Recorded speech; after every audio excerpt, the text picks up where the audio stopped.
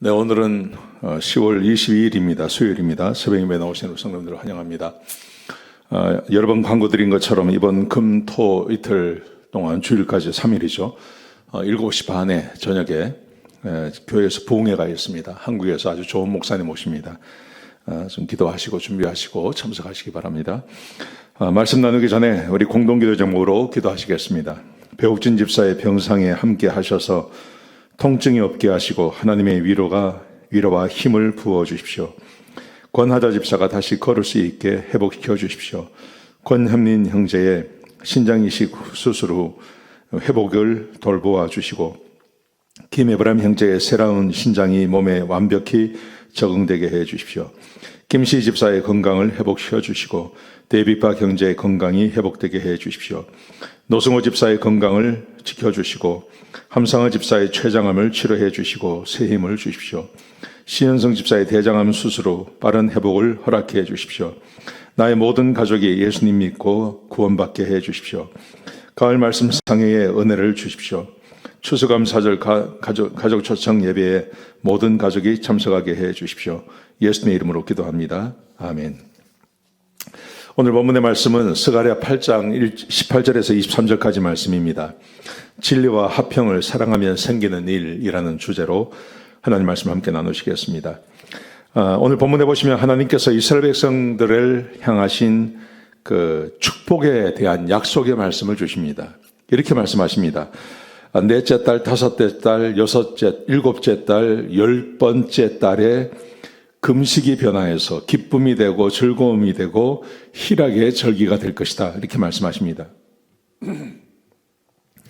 넷째 달의 금식이라는 것은 이스라엘 백성들이 바벨론으로 잡혀가서 바벨론에서 절기처럼 지킨 것이 있었습니다. 그런데 이것은 슬픔의 절기였습니다.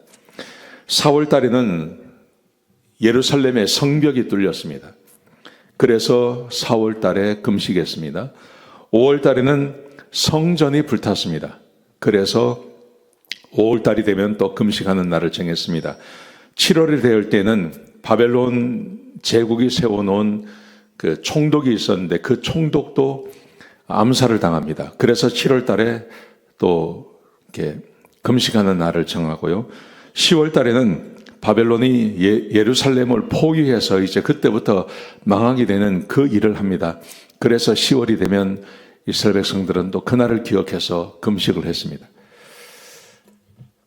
1년 12달 중에 4개월을 슬픈 날을 정해놓고 이스라엘 백성들이 이 바빌론에 와서 거기서 거의 70년 동안 이런 날들을 지켰다는 것입니다. 그런데 이제 하나님께서 오셔서 말씀하시기를 그런 슬픈 날이 아니라 이제는 너희에게 기쁜 날을 주고 즐거운 날을 주고 너희에게 희락의 절기를 주겠다. 그렇게 하나님이 약속을 하십니다. 여러분, 저는 이게 하나님의 마음이라고 저는 생각합니다. 이게 하나님의 마음입니다.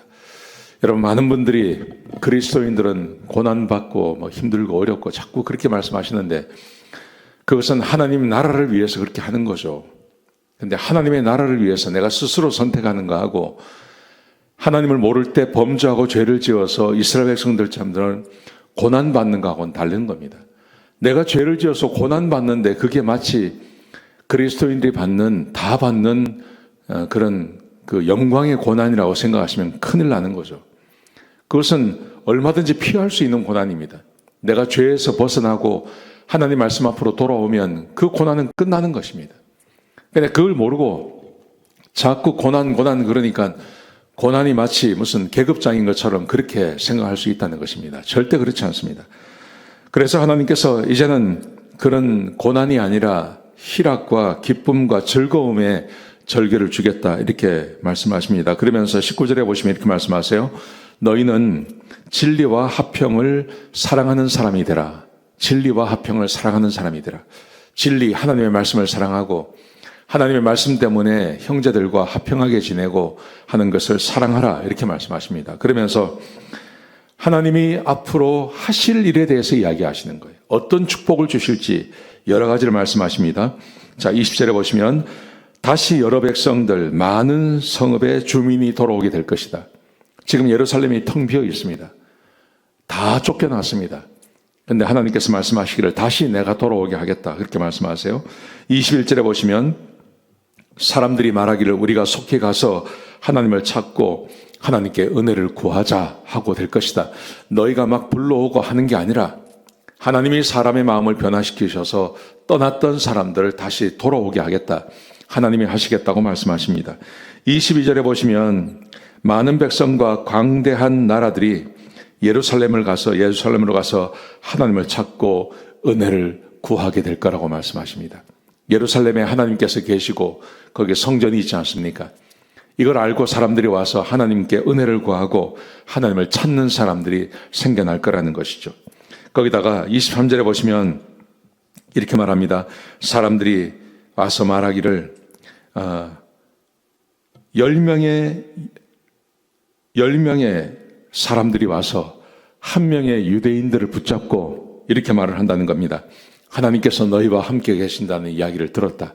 어떻게 하나님이 너희와 함께 하느냐? 이렇게 묻는 사람들이 생겨난다는 것입니다. 여러분, 오늘 이 본문의 말씀에서 우리가 눈여겨봐야 될 게 뭡니까?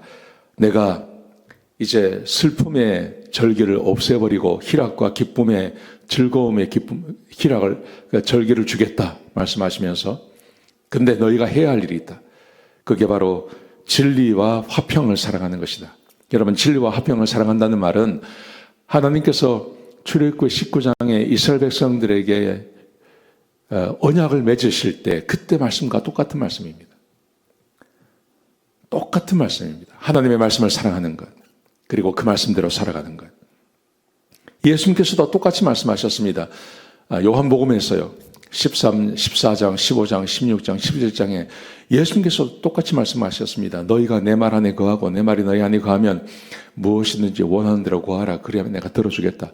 똑같이 말씀하셨습니다. 저는 그러므로 지금도 마찬가지라고 생각합니다.